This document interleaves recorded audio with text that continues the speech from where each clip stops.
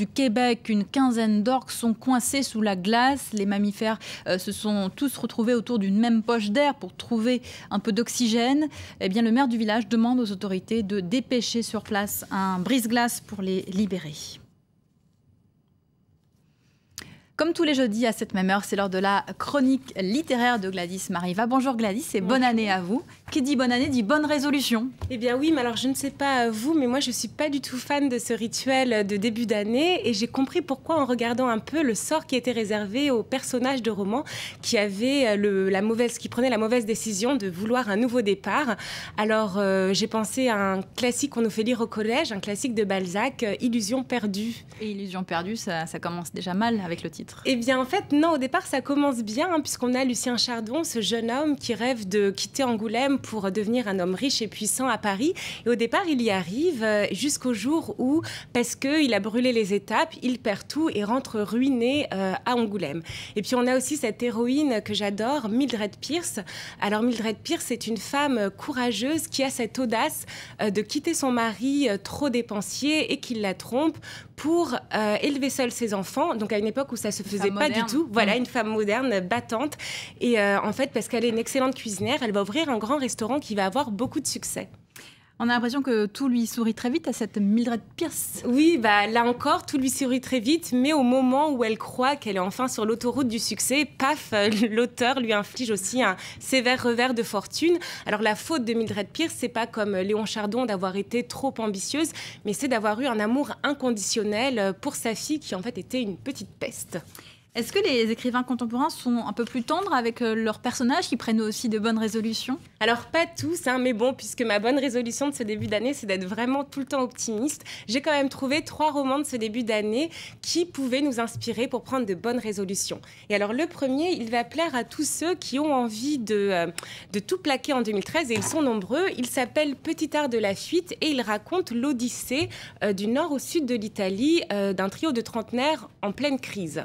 La crise, la quarantaine, je connaissais, mais la crise de la trentaine, c'est quoi? Alors, la crise de la trentaine, que nous raconte Enrico Romert dans ce livre, la crise de la trentaine, c'est comme la crise de la quarantaine, mais avec la maison, les enfants et le crédit en moins. Alors, en fait, on va avoir Vittorio, donc Vittorio, un violoncelliste qui a raté sa carrière par amour pour Francesca.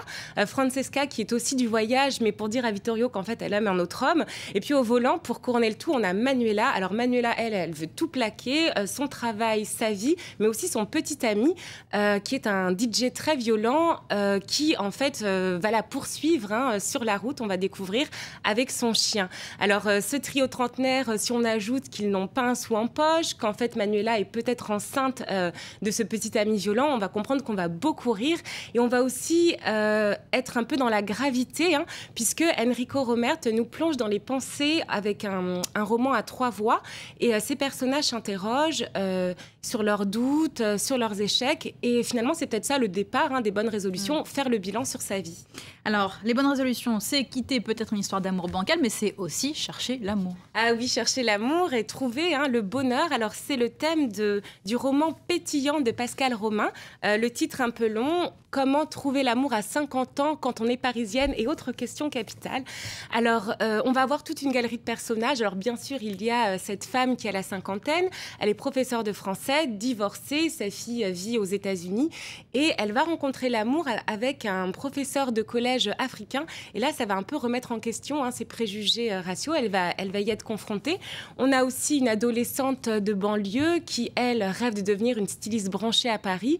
Et puis, on a un couturier branché à Paris qui, lui, voudrait retrouver un peu d'authenticité dans un monde un peu hypocrite. Alors, toute la force de Pascal Morin, c'est de faire de ces petites vies ordinaires des vraies histoires profondes et puis, surtout, de poser la question qui se cache derrière les bonnes résolutions.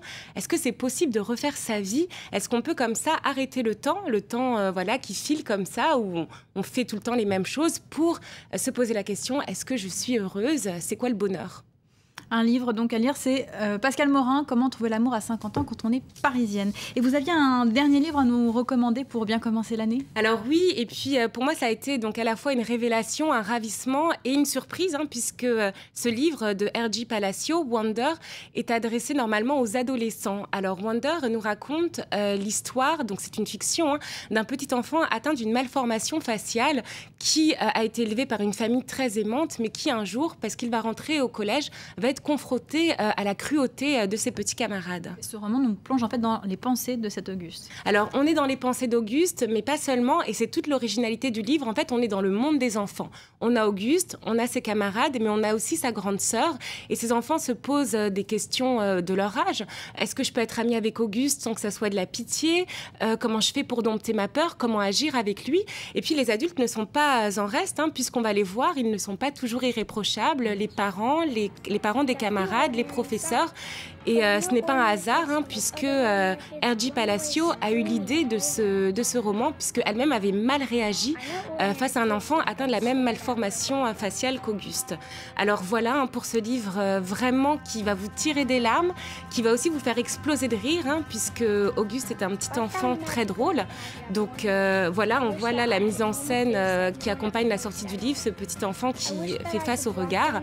Mais voilà, ça reste très drôle et c'est peut-être la bonne résolution de 2013, offrir ce livre à tout le monde et mettre la tolérance au top de sa liste de bonnes résolutions. Être une très bonne résolution. Merci beaucoup Gladys pour cette chronique littéraire de début d'année.